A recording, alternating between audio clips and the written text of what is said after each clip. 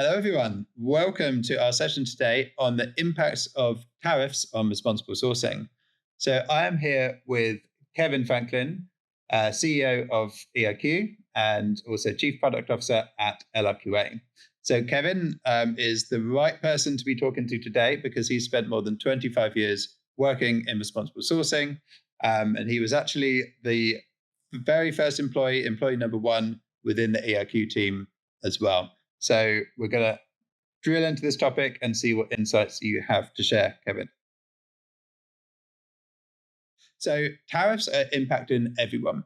The trade environment is shifting by the day and perhaps more quickly than ever before. This is creating all sorts of challenges and risks as businesses scramble to try to adapt and to try to work around this shifting environment. So today, we will look at how to stay calm among the chaos and how to start to turn some of these risks into opportunities on the journey towards total supply chain confidence. So, Kevin, to kick us off, please, what would be the one key piece of advice you would give to people who are trying to navigate these changes effectively? Great question, Andy. I think it would have to be take a structured, data-driven approach. One of the big challenges with tariffs is that it is eliciting a lot of emotions, right? And a lot of people have different viewpoints and are looking at it from different geographies, from different perspectives. That makes it very hard to navigate and to filter the wood from the trees. So I would say data and objective approaches are really critical here. So how have you seen then these recent tariff changes impacting supply chain strategies, specifically for responsible sourcing? And what challenges are they creating for the teams working in this area?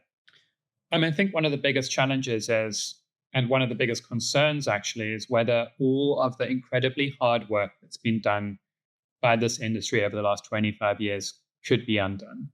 I'm thinking particularly of all of the hard work that was done in China around advancing things like wages and working hours, where we now have knee-jerk responses from companies, well-founded because there are significant costs involved, to basically stop placing orders. With that action is also the corresponding action of no longer auditing in these individual factories and into the supply chain. And that, of course, exposes a business to a lot of risk. It also exposes workers in those factories and risks undermining all of the positive action that's been taken over the last 5, 10, 20 years.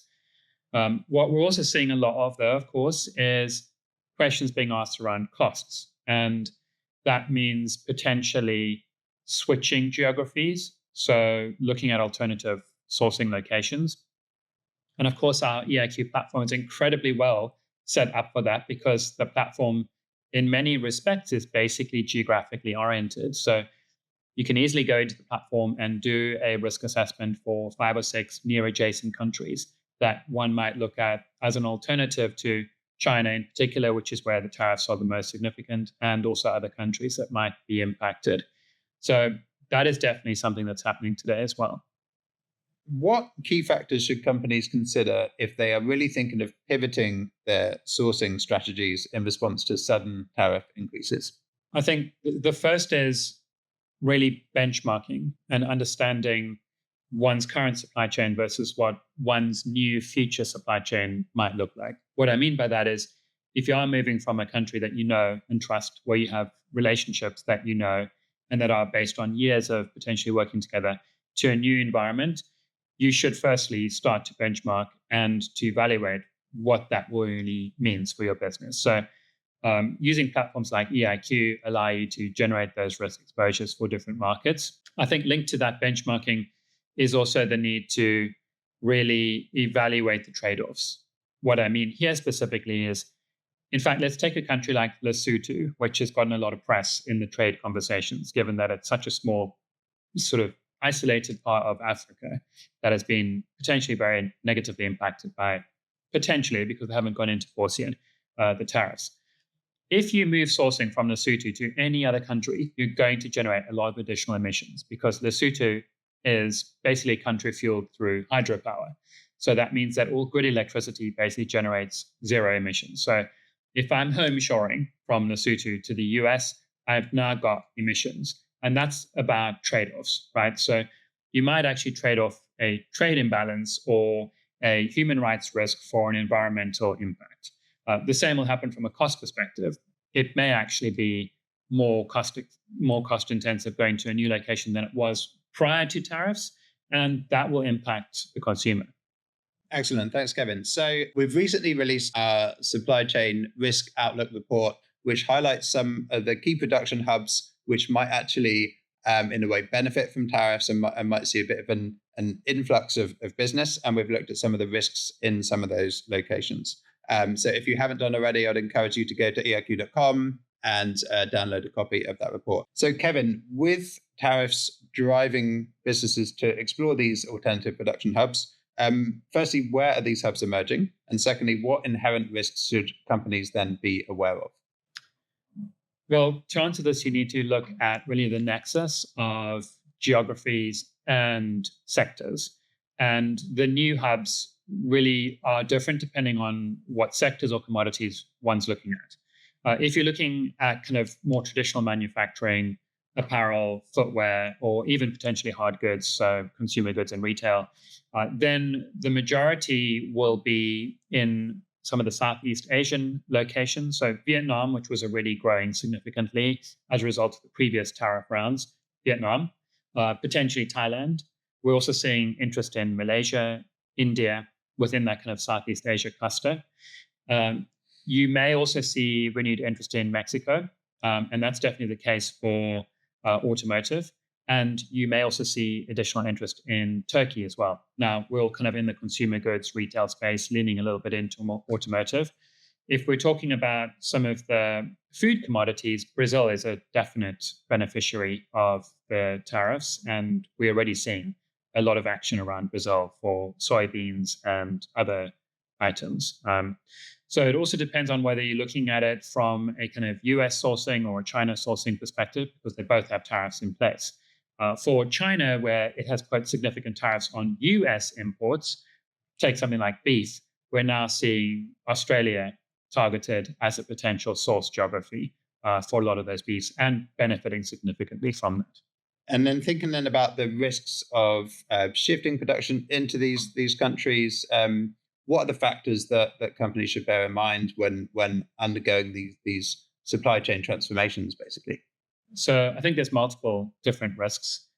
Firstly, one really needs to know and understand the landscape in terms of labor, health and safety, environment, and business ethics issues. Even moving to a country like the US, which might seem like a safe bet, can pose a lot of risks. And we recently released, as you alluded to earlier, Andy, our supply chain risk report for really the first half of this year. And we've seen the US move into the high risk bracket from what was previously medium risk. So there we're seeing increased risk around migrant workers, despite a lot of the action that's been taken around migrant workers in the US. We're also seeing more risk around forced labor, potentially even child labor, and a lot of kind of informal contract working that can lead to a heightened risk exposure. So one is understanding the risk landscape. There are no truly zero risk environments, particularly for a lot of the goods and services that most of our clients will be looking at. So that's one. The second is trade-offs, right? If you're moving from one location to another, things are going to be different. You're going to have to trade one thing off versus another. It may be that you're trading off what is now a lower cost market with maybe more emissions on the environmental side. Or you might be trading off this lower cost market with less knowledge or trust of a supplier. Certainly, if you're moving to a new supplier, it is exactly that. It's one where you do not have a relationship, or where maybe they haven't sourced or produced the same volume of product for you. And that will create a lot of challenges for a supply chain. So with tariffs sometimes forcing businesses to onboard new suppliers much more quickly than they would have previously, how can sourcing teams ensure efficient yet still effective screening and monitoring processes? Great question, Andy. So firstly, on the screening side, I would say tools like Sentinel, which is our adverse media scanning tool, can be very effective.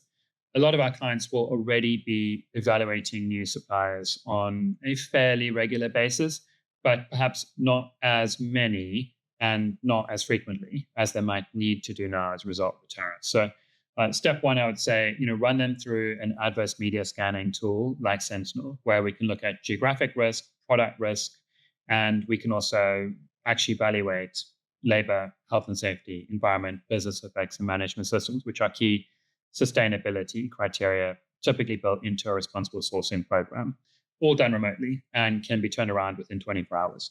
So that's point one. In terms of monitoring, again, here, I think you can certainly start to leverage tools like Sentinel for ongoing and regular monitoring, maybe on a monthly basis or potentially even more frequently. That should be part of a responsible sourcing program design. But then we've got tools like self-assessment questionnaires and, of course, audits. Now, what I would say is there's probably a temptation to leverage some industry scheme audits if you're looking at a fast setup of a program. But this does potentially present risks because oftentimes these audits are maybe more likely to see low transparency rates. Certainly what we see when we look at countries in the Southeast Asia region is maybe transparency rates closer to 10%, which is a lot lower than clients' own protocols, where they may have been used to transparency rates of like 60 to 70%. So that's something to be aware of. You definitely want to work with an organization that can do rapid audit delivery and maybe also has the ability for self-assessment questionnaires. What I would also say can be very helpful is thinking about audit sharing mechanisms and equivalency. Equivalency is a tool that we use where we can basically ingest multiple different audit types, so from any of the different industry schemes or potentially even different company-delivered audits, and normalize those into a common structure and framework. So if you're kind of bringing new suppliers on board, I would ask them to share the audit reports they already have with you, run them through a platform like EiQ, and basically harmonize, normalize all of that data into one place. So collect as much data as you can through both Sentinel legacy audit reports and potentially deliver or deploy ad hoc quick form audits in suppliers that you perceive as being really critical to your medium-term supply base. Lots of haste here and potentially lots of risk and pitfalls as well, some of which could be costly. So what processes or due diligence steps can companies take to avoid costly mistakes when shifting and pivoting in this environment? Yes, there is a temptation to move very quickly here, but you have to take a structured approach to this. So I would say businesses need to be putting the right kind of resourcing into these decisions. You don't want to make ad hoc short-term decisions that can lead to medium or long-term business impacts from both a production quality and also a reputational perspective. It's going to be really important to leverage good data in this process, to be doing supplier matching, to be leveraging data sets like EiQ from a geographic and a product risk perspective, or like Sentinel from an adverse media scanning perspective.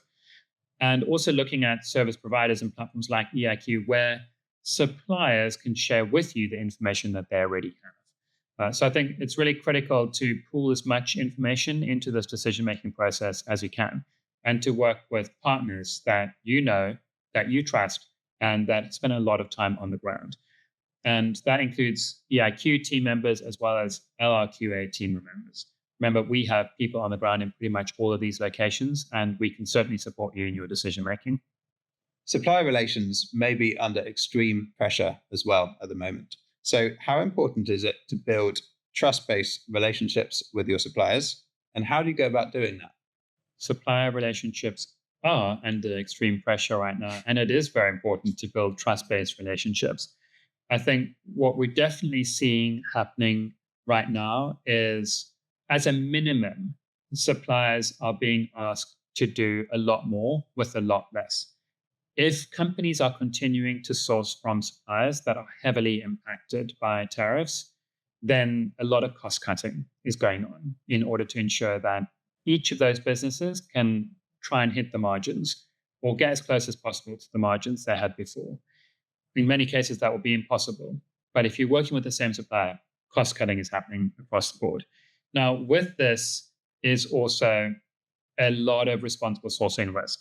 The only way in many cases to reduce costs is to reduce wages, increase working hours, to lean into things like unauthorized subcontracting, and potentially the worst issues of child labor and forced labor.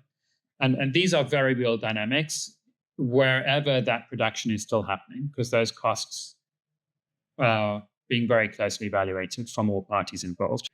Looking ahead then, Kevin, how can companies balance the short-term disruptions caused by tariffs with more long-term strategic planning, thinking more about the resilience and the sustainability of their supply chains? I think the key here is really to take a measured and calm approach to how you look at your supply base.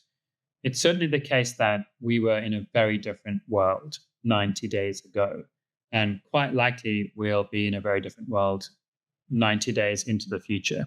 And we just don't know exactly what that will look like. My personal opinion is that we are seeing a transformation of trade.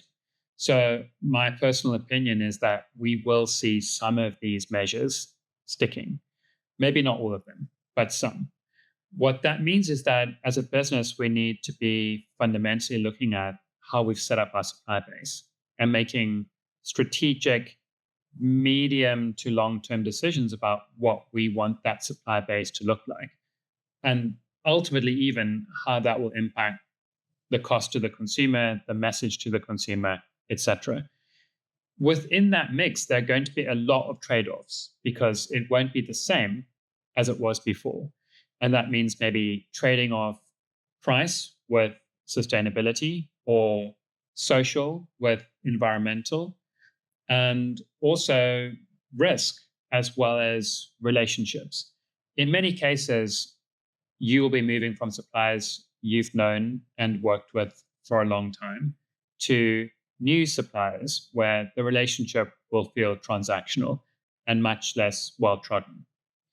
In all cases, it's going to be critical that you do that with your eyes wide open, take an approach that's risk-based and data-driven, and certainly in the world of responsible sourcing, that you're still implementing a due diligence-based approach to responsible sourcing, which means risk assessment, program design, delivery and deployment, implementation of that program, leveraging the right audits, self-assessment questionnaires, monitoring, benchmarking, continuous improvement. All of those things are still required and expected because you still need to be able to get product into the destination country in compliance with the respective regulatory regimes. So it requires a lot of thought and a lot of planning. Kevin, thank you very much for all of your insights today. Do you have any closing remarks before we close this session? Thank you, Andy. I think I'd just go back to my opening point, which is data. Leverage and use data to ensure that you bring an informed approach to risk assessment and to redesign of your supply chains.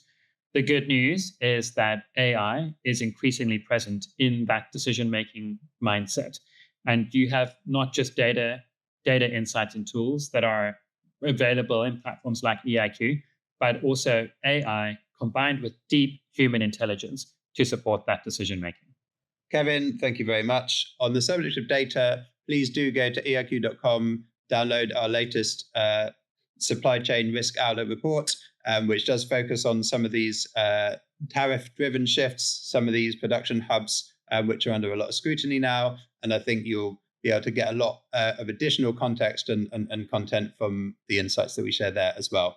Please do follow us on LinkedIn, look out for announcements about future sessions like this one, and enjoy the rest of your day. Thank you.